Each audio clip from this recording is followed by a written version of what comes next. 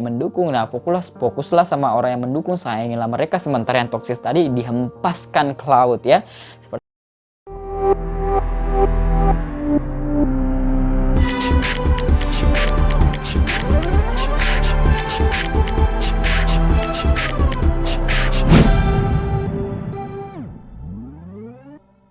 Halo, assalamualaikum warahmatullahi wabarakatuh. Berjumpa lagi dengan Kacamata Dunia. Kali ini adalah sambungan dari bincang-bincang bebas yang pernah kita lakukan beberapa waktu atau minggu yang lalu. Jadi Kacamata Dunia ini tidak hanya membahas satu hal ya. Jadi saat ini Kacamata Dunia ada traveling karena kan sekarang lagi itu, sehingga kita tidak bisa membuat video semacam traveling lagi untuk saat ini gitu, meskipun sebenarnya bisa aja gitu loh, sekedar nge-review taman, bangunan-bangunan atau ada segala macam, tapi saya memilih untuk tinggal di rumah lebih aman kayak gitu ya. Mungkin juga teman-teman kepikiran daripada kita mengambil resiko, dan ini juga sebenarnya kan sekedar hobi juga gitu ya, lebih kepada bagaimana sih kita berbagi kepada orang lain, maksudnya kayak berbagi pengalaman seperti itu. Nah, kali ini sebenarnya langsung saja saya ingin ngebahas tentang pengalaman hidup saya gitu loh, bagaimana saya bisa meraih mimpi seperti itu. Jadi sebenarnya temanya hari itu lebih kepada ngomongin masalah mimpi gitu ya. Saya melihat di luar sana itu banyak banget orang yang tidak memiliki mimpi. Dia merasa bahwa sangat susah untuk menggapai mimpi seperti ini karena saya berasal dari latar belakang seperti ini, saya tidak memiliki ini, itu, dan segala macam, dan juga sangat terikat dengan omongan orang lain di luar sana begitu.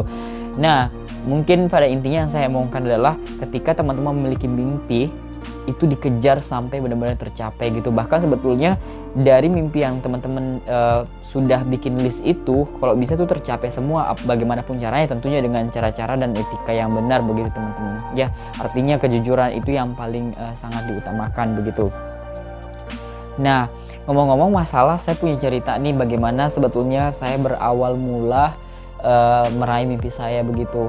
Jadi kalau misalnya flashback di masa lalu, karena saya berasal dari keluarga yang katakanlah tidak beruntung begitu ya, mungkin juga bisa dikategorikan sebagai broken home atau gimana lah, apalah istilah orang di luar sana gitu. Namun saya merasa bahwa definisi broken home bagi saya adalah semacam ujian hidup saja gitu. Tidak akan pernah menjadi sebuah halangan saya untuk mencapai cita-cita apapun yang terjadi gitu. Karena bagi yang menonton video ini pasti akan tahu sekali apa yang terjadi dalam hidup saya, pergolakan-pergolakan seperti apa. Namun saya tidak pernah merasa bahwa it's time for me to give up. Saya harus selalu berusaha untuk bangkit dari keterpurukan, kemudian mengatasi kesedihan yang saya alami, trauma-trauma dan sebagainya. Yang paling saya tekankan adalah apa yang saya peroleh dan dapatkan sekarang saya syukuri dengan sesyukur-syukurnya gitu, tanpa saya harus berpikir panjang, saya belum meraih ini dan segala macam. Dan saya tidak pernah mau jealous sama orang lain gitu loh, kayak merasa cemburu atas orang lain lebih hebat daripada saya. Entah kenapa saya tidak memiliki itu gitu. Yang saya pernah tahu adalah saya orangnya kompetitif begitu ya, walaupun saat ini saya merasa bahwa saya tidak ada lagi di level itu gitu, karena memang saya jauh lebih menikmati hidup saya yang sekarang, artinya apa yang saya miliki, daripada ingin mencapai sesuatu dengan cara berkompetisi gitu. Bolehlah kita berkompetisi untuk meningkatkan kualitas, namun ada seorang bapak di Yogyakarta dulu yang pernah memberikan saya wejangan, katanya tidak semua hal itu bisa dijadikan sebagai kompetisi. Itu adalah pesan moral yang sangat saya jadikan sebagai pesan yang sangat berharga untuk kehidupan saya seperti saat sekarang ini. Kemudian hal lain juga yang sangat penting yang sekiranya melalui video ini akan saya sampaikan kepada teman-teman, kenapa kita begitu penting bermimpi adalah karena mimpi itu bisa merubah nasib begitu. Ibarat itu mimpi itu semacam visi kita yang akan kita capai, dan kemudian langkah-langkah kita yang kita lakukan itu dalam bentuk misi-misi begitu. Entah kenapa ada orang yang hanya fokus untuk melihat kesuksesan orang lain meraih mimpinya, sementara dia sendiri tidak bisa melakukan apa-apa karena dia sibuk untuk mikirin, kok bisa sih dia dapat ini, kok kenapa dia bisa dapat ini. Jangan hanya bertanya-bertanya aja. Kalau misalnya bertanyanya, maka di kepala ini akan dipenuhi dengan pikiran-pikiran yang enggak gitu loh. Bentar ya teman-teman, ada bunyi. saya sangat berpesan banget kepada teman-teman di luar sana, tidak perlulah kita iri hati dengan orang lain, jealous dengan orang lain atas apa yang dia miliki gitu. Karena kita sudah diberikan rezeki masing-masing, ingat itu. Rezeki tidak akan pernah tertukar seperti itu. Jangan pernah merasa kayak orang ini kok lebih baik gitu, kok dia bisa dapat ini segala macam, dia bisa melakukan ini. Jangan. Just do your best and you get what you want. Jadi lakukan yang terbaik yang bisa Anda lakukan untuk meraih apa yang Anda cita-citakan gitu. Pasti akan secara pelan-pelan juga akan secara otomatis akan datang dengan sendirinya dengan usaha-usaha itu. Toh kalau misalnya nggak ada usaha gimana, nggak bakal bisa dapat gitu. Dan kemudian jadilah orang yang suportif. Terkadang kita menemukan orang itu nggak seperti, kalau aku tipikal orang apapun yang dilakukan orang itu aku support segala macam, selagi itu baik bagi dirinya dan baik bagi masyarakat dan tidak melanggar norma-norma misalnya norma agama dan sebagainya, saya dukung gitu.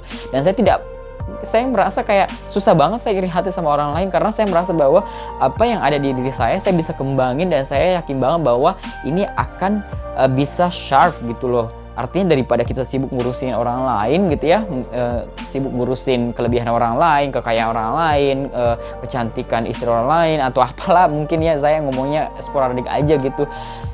You don't need to do that. Nggak perlu melakukan hal seperti itu. Fokus aja apa yang dimiliki gitu loh. Dan kemudian lebih baik kita melihat merubah perspektif kita bahwa orang yang lebih baik dari kita itu artinya memang usaha mereka lebih daripada kita gitu. Dan kemudian kita mencontoh hal baik dari dirinya ketimbang instead kemudian jealousy atau apalah envy, I don't know. Pokoknya intinya jangan iri hati begitu teman-teman sekalian. Dan jujur sejak saya kecil itu saya nggak pernah bermimpi keluar negeri segala macam. Mimpi saya itu sederhana gitu ya.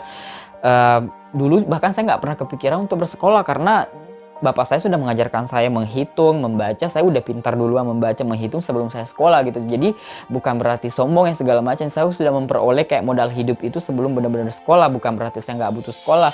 Tapi pada dasarnya pendidikan itu mengajarkan saya untuk lebih bersosial gitu. Karena kebetulan saya anak sendiri begitu ya. Kemudian itu saya sadar bahwa oh iya, dengan kemampuan yang saya miliki ini saya harus menempuh pendidikan formal gitu. Karena pada saat itu mungkin homeschooling of course saya nggak bisa afford gitu ya, saya nggak bisa bayar, nggak ada juga kala itu tahun 97-an, 96 nggak ada seperti itu. Dan saya dari keluarga yang kurang beruntung begitu ya, unfortunate people gitu yang memang istilahnya secara harta itu sangat kurang gitu, bahkan makan aja juga susah begitu ya. So teman-teman yang mungkin nggak tahu saya bagaimana sih latar belakang, mungkin akan kaget, oh iya jadi sekarang kalau misalnya sudah di luar negeri atau bisa dapat beasiswa, bisa menikmati ini segala macam, maka he deserve dan I believe I deserve to get this. Karena memang dengan perjuangan-perjuangan yang saya alami itu tidaklah gampang gitu, tidaklah mudah. Banyak sekali peristiwa-peristiwa dalam hidup saya, fase-fase yang harus saya lalui untuk mencapai titik ini, dan sudah banyak sekali orang saya temui. Nah, satu juga, teman-teman itu kalau misalnya mau meraih mimpi, berkumpullah dengan orang-orang yang sefrekuensi gitu ya, atau yang mendukung. Jauhlah orang-orang yang toksik atau yang kira-kira tidak mendukung teman-teman sekalian. Dan jangan pedulikan kata-kata orang lain, karena itu nggak pernah bakal membangun, malah bisa membuli segala macam. Dan saya tuh jujur, kalau di sosial media kalau ada orang-orang yang mulai negatif, udah di blok aja gitu, main gitu loh. Pokoknya sembunyikan dari status kalian segala macam supaya dia tidak melihat lagi segala macam, karena itu tidak ada gunanya gitu. Membiarkan mereka tetap hidup ibaratnya membiarkan virus untuk menyebar ke dalam tubuh kita gitu. Karena kita tidak tahu, bahkan teman dekat kita saja bisa iri sama kita, atau bahkan orang-orang di luar sana itu banyak sekali yang mungkin berusaha menjatuhkan kita, tapi banyak juga yang mendukung. Nah, fokuslah sama orang yang mendukung, sayangilah mereka, sementara yang toksis tadi dihempaskan ke laut ya. Seperti itu aja. So teman-teman, saya rasa cukup sekian untuk motivasi kali ini. Semoga teman-teman terinspirasi, karena ini saya juga bikinnya di masa BB wabah ini gitu ya. Kita dilarang di YouTube menyebut itu lagi gitu ya, bukan dilarang. Jadi nanti video saya nggak termonetisasi, so saya nggak menyebutnya lagi. So teman-teman, jika teman-teman suka dengan cerita-cerita ini, atau mungkin ada hal yang ingin diketahui dari tentang saya gitu, tentang pemilik kacamata dunia ini, apa sih tujuan dari channel ini, nanti bisa komen di bawah. Dan saya mohon maaf kalau misalnya ada yang menonton video ini dan merasa tersinggung. Kalau misalnya Anda tersinggung, berarti mungkin Anda ada dalam golongan itu. Entah tersinggung karena baiknya atau tersinggung karena jeleknya, itu terserah pilihan Anda. Oke, saya akhiri dengan mengucapkan assalamualaikum warahmatullahi wabarakatuh dan salam bahagia.